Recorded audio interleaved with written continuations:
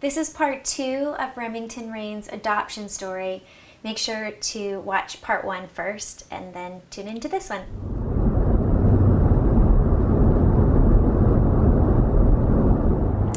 We landed and got all the luggage in. It's a little difficult, but now we are heading up to see the birth parents. We're going to go have lunch with them, and then we're going to check into the little house that we got by the lake.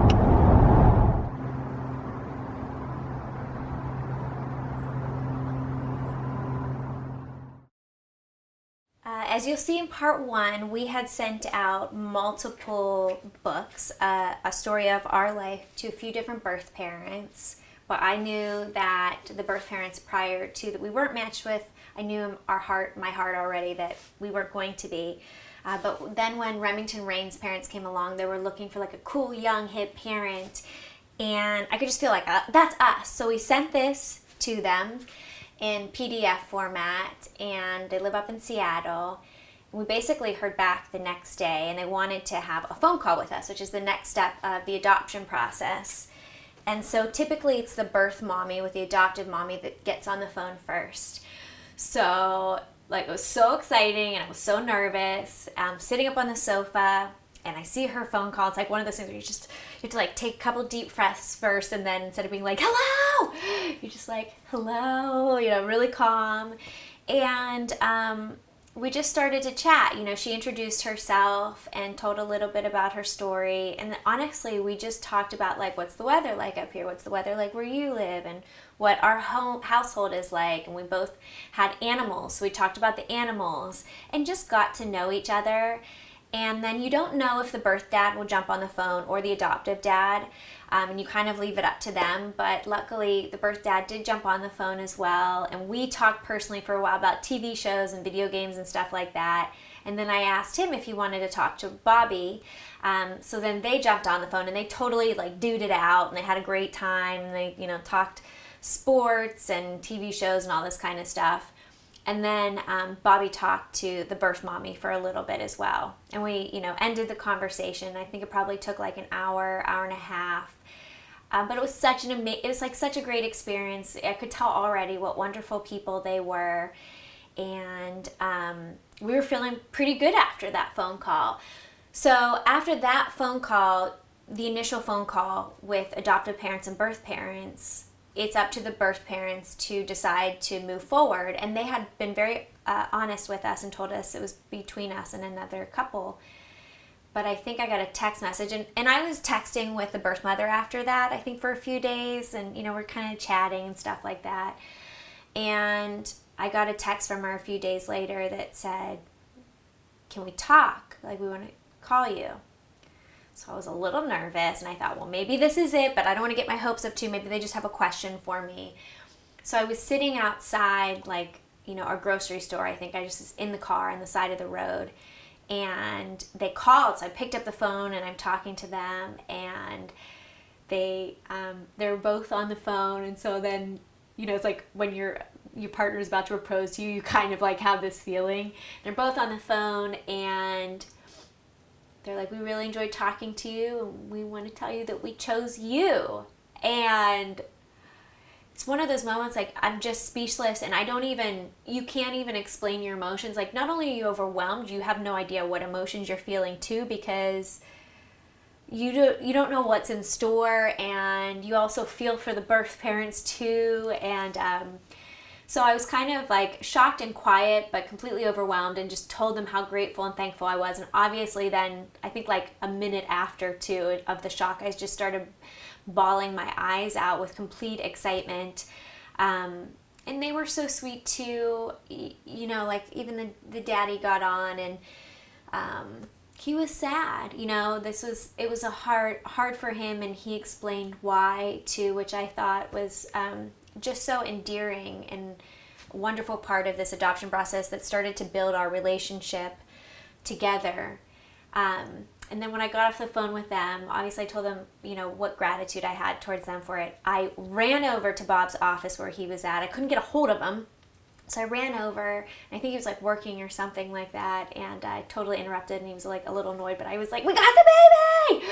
We got the baby! They picked us. And then literally I had to run out because he was working. So, and then we were just in complete shock that evening. The next step is actually the hardest. Like you get through the social workers, you get matched, but it's the waiting process that was actually the most difficult for me. We got matched in early January of 2017 with the birth parents, and it's at this step that you're just kind of communicating back and forth with them as the pregnancy progresses. And the birth mommy and I would text message back and forth. We sent her gifts of like wellness and slippers and, you know, things just to make her feel good as she was going through the pregnancy. And she was sweet enough. As soon as we were matched, she barely knew us. She invited us to go to her next doctor's appointment. And we couldn't in late January. But we decided to go up and visit them in Seattle. I think it was like early February. And we didn't make it to another doctor's appointment, but we did go up and we spent a day with them at this lovely little restaurant that overlooked the water, and got to know them and got to meet them personally and for them to get to know us. And we had like such a blast. Like we were laughing the whole time. It was complete inappropriate jokes, you know, where you just get together and really feel comfortable around each other right away. And again, like the guys like broed out. And I just really became very fond of them. Like I really loved them immediately, and felt for the process that they must be going through as well. So it was nice to meet them. And then again, we came home and we're getting closer to the pregnancy. Remington was a scheduled C-section because the mommy had complications the last time she had a pregnancy, so it had to be a C-section. So we knew the date that she was coming, April 4th, 2017, and as the time got closer, we had to start preparing.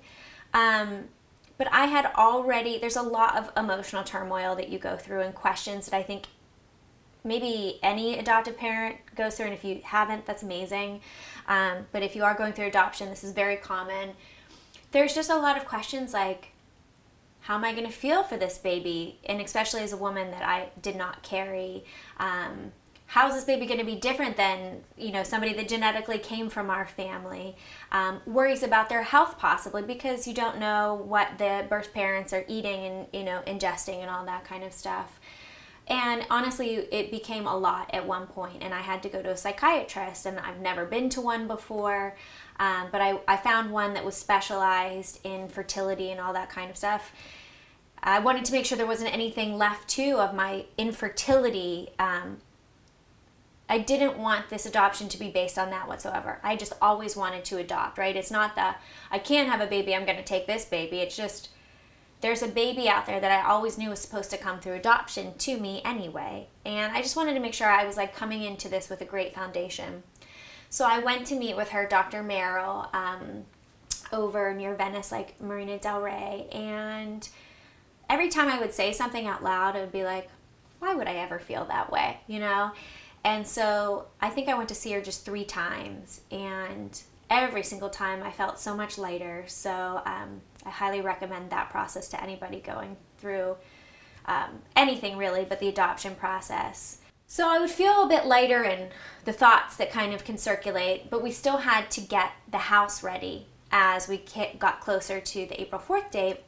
And that became a little heavy too, because the papers are not officially signed, and at any point the birth parents can back out. And although it never sounded like our birth parents were, you never know what could happen. And so there's always that little part of you that can't invest yourself fully.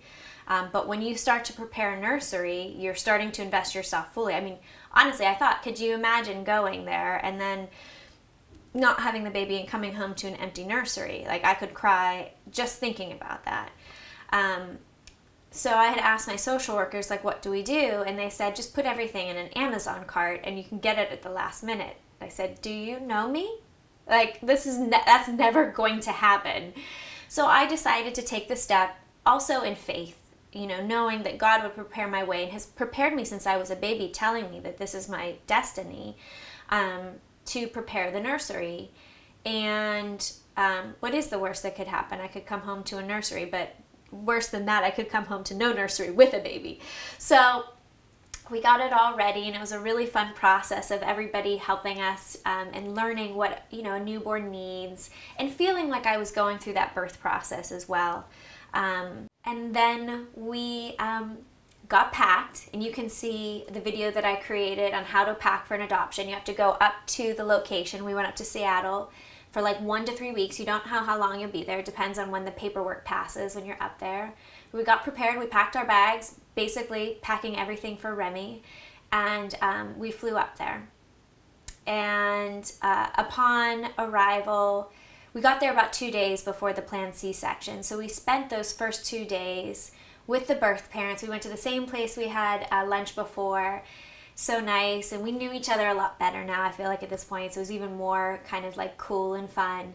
And then the following day we went to see their social workers, A Child's Dream, and Gina over there was amazing. We met the whole team over there.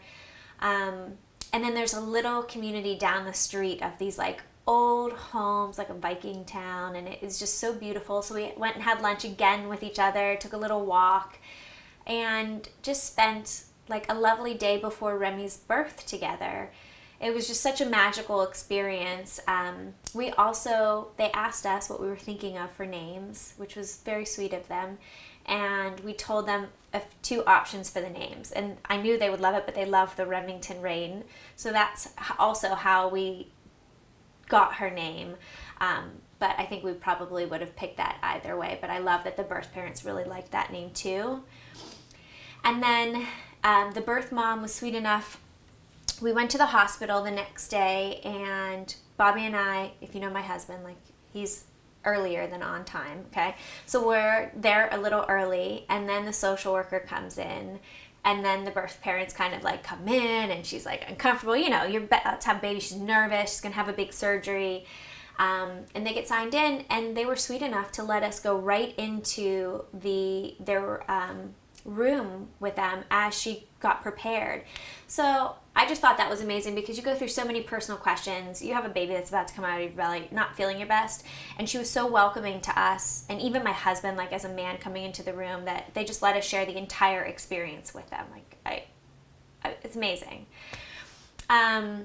So they had a hard time finding her blood and stuff like that. It took a while, and they went through everything.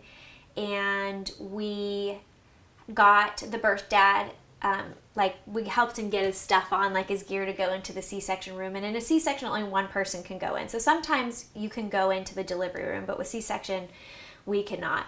So we got him all prepared, and then they basically wheeled her out, and he went out, and Bobby and I sat there with their social worker, Gina, and waited for Remington Rain. Stay tuned for part 3 of our adoption story. It's recording. You can just record. It's on already.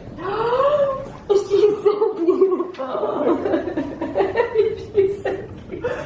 Here, you go first.